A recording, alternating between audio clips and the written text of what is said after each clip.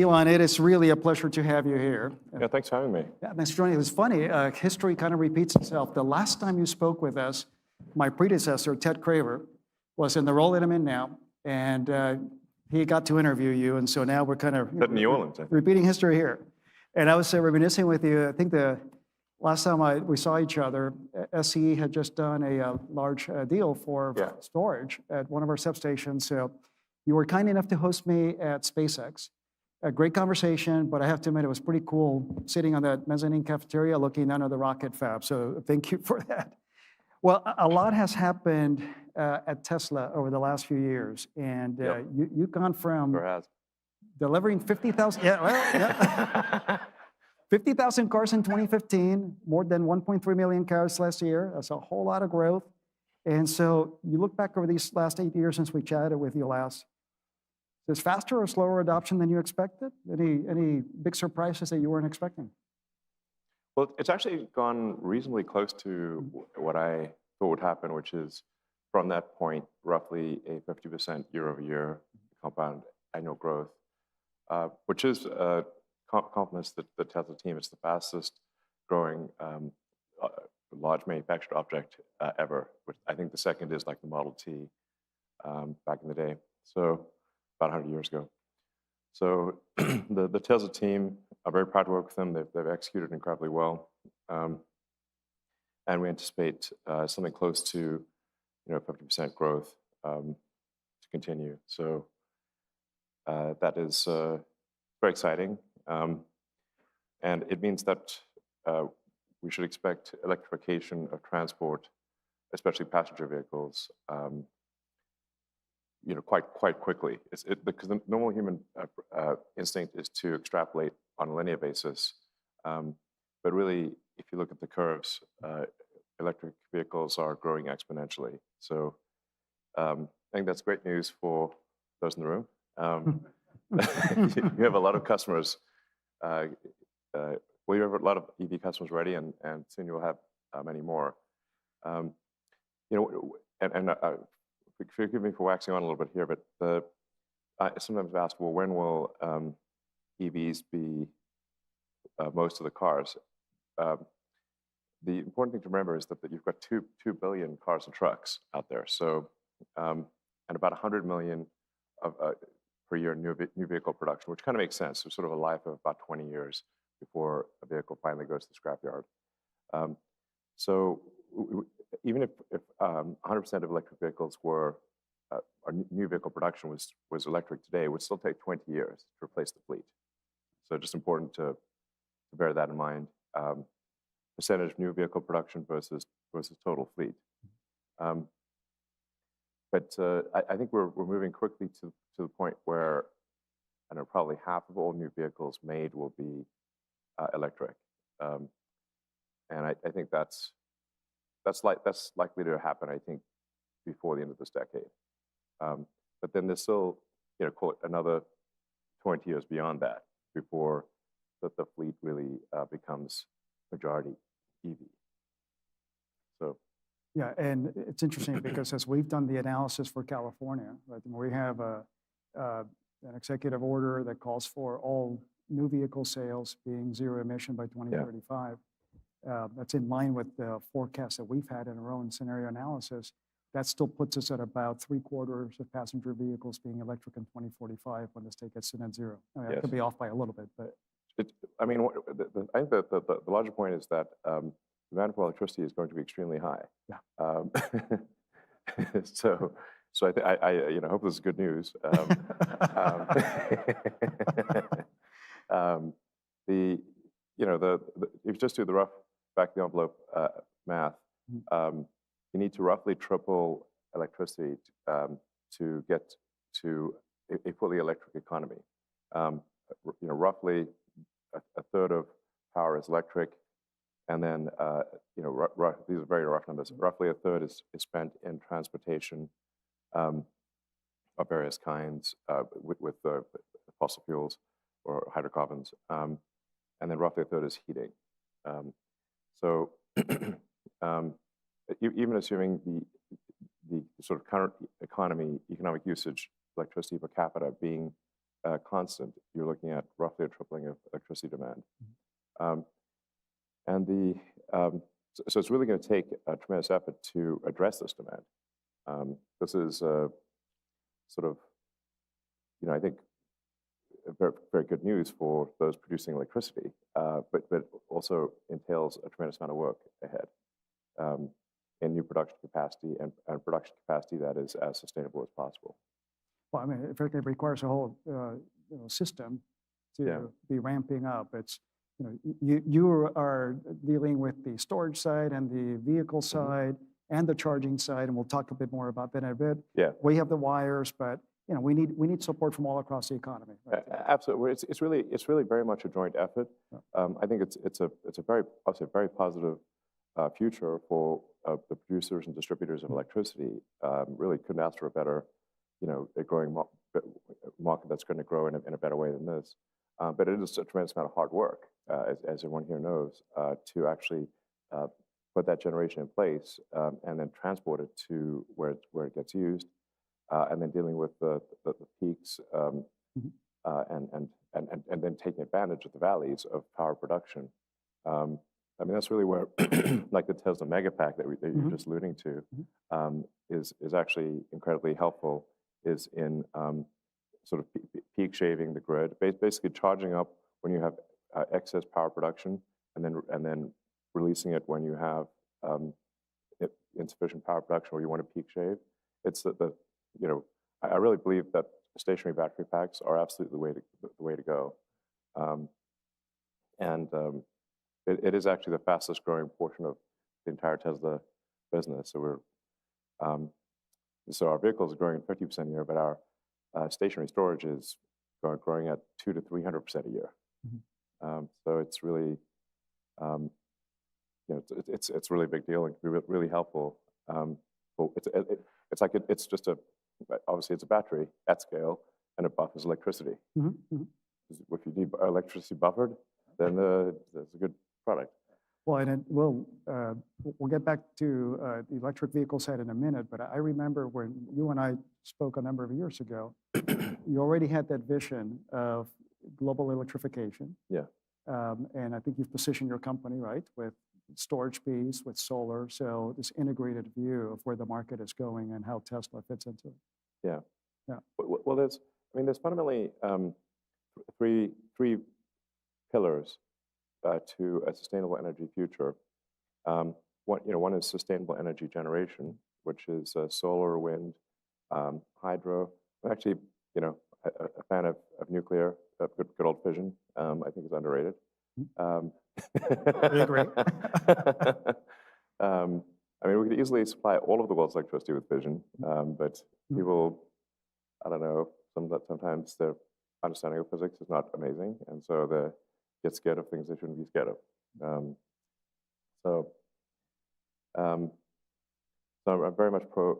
Anyway, it's basically any electricity where you can say, okay, this is not going to meaningfully change the chemistry of the climate and oceans, the atmospheric oceans, and so anyway, so you've got sustainable electricity generation on one side, then you've got stationary batteries as the second pillar, which is needed for any kind of intermittent electricity production, and by its nature, solar and wind are intermittent.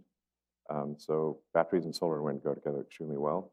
And then the third pillar is electric transport. So get all three of those pillars going, and we have a sustainable future as long as the sun shines and the wind blows, which is going to be a long time. Well, I think this idea of having a balance across these resources, it takes a lot of tools in the toolbox. Let me get back to electric vehicles, though, because I'd love to go a couple levels deeper here. Sure. We're talking a few minutes ago. I think that was more on passenger vehicles. But let's talk a bit about bigger ones. So, we're all excited to see the first Tesla semi-trucks on the road in California. And that means a lot in terms of the viability of trucking systems in the future. You also have the US EPA, proposed vehicle standards that could accelerate the medium and heavy duty electrification. You have California doing its thing as well as a number of other states. But But ultimately, the vehicles need to be economical for fleet operators. Yes. And particularly in Southern California, where we have all the traffic coming up from the ports, a lot of those truck operators are not big fleets, right? They're small mom and pop owners. So, Yeah, absolutely. so how quickly are you thinking that freight movement really goes electric and in a way that's affordable so that you can really serve that mix of owners out there? Yeah, well, I think I'd certainly encourage people to look at our semi-truck presentations because, in fact, one of the things we emphasize with an electric semi-truck is that it's much more energy efficient than a diesel truck. You know, so I mean, you get things like regenerative braking. So, like, let's say you're going over a mountain range. Well, in a diesel truck, you actually don't capture that the energy of height or potential energy. You have to actually spend a lot of money on expensive brakes going down the other side, so you don't run out of control. So whereas an electric semi-truck is able to recapture the energy, the gravitational potential energy, and actually when it goes down the other side, does not overheat the brakes, and in fact puts the energy back in the pack. So things like that are incredibly helpful for the energy efficiency. And then just generally, if you look at the entire chain from electricity production to take into account the efficiency of the energy produced, the energy lost during transmission, energy lost during charging, and then see how many miles were driven. You could take the same diesel that is used to power a truck, use it and burn it for electricity, and still be at least 50 to 100% better with an electric semi-truck than if you burn that diesel directly in the truck. Frankly, that's in line. We were talking earlier in our board meeting about just the efficiency of electric. QED. It's efficiency of electric technologies, right? Yes. So it's a big part of the story here. Yeah, just fundamentally, combustion engines in a vehicle are constrained in mass and volume. So you're therefore limited in how much useful energy you can extract from a fuel when you have a very constrained mass and volume for the truck. Whereas a power plant does not have the constraints of mass and volume. It can be heavier and bigger, obviously, and you can take the waste heat and run a steam turbine.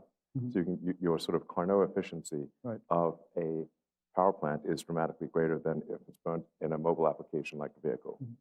And even when taking into account transmission losses and charging losses, they still don't account for the massive difference in efficiency of even of hydrocarbons being burnt at a power plant versus being used in a car. Which sets up thinking about, well, what's the transition there? But ultimately, though, we're looking at a future that's electric. So we all agree on the efficiency of the trucks. Let me state something that's plainly obvious: bigger and more trucks, bigger and more batteries, right? So let's talk about the supply chain for batteries. And I want to say thank you because a number of the folks here were able to get a tour of the Gigafactory here in Austin. Yes, and actually I apologize, I didn't properly answer your question with respect to trucks because, so semi-trucks, because they do use a large battery, will be later than other vehicles because we need to have sufficient battery supply in order to have a battery that's maybe 4 or 5 times larger than it would be in a passenger car, have that be in a semi-truck. That's the reason why we haven't gone to scale production of semi-truck yet, is because there just weren't enough batteries. Now, as the battery problem is solved, we will go to volume production with the semi-truck, and I'm pretty sure Tesla will be first on this, but we're expecting to reach volume production probably sometime end of next year is what we're aiming for. And again, it's not going to be overnight all the trucks become electric because you have to reach a certain percent of new semi-trucks built, then replace the fleet. The fleet is at least 10 years old in the semi-truck case. And so, but I think it probably gets to 50% of new semi-trucks built within probably 3 or 4 years, maybe 5 years. And then it's another 10, 15 years before you see most trucks be electric. So that's, I don't know, depending on your perspective, that's either really soon or far away. Or a little bit of both, right? Yeah, yeah. So that helps get a sense of the time scale here.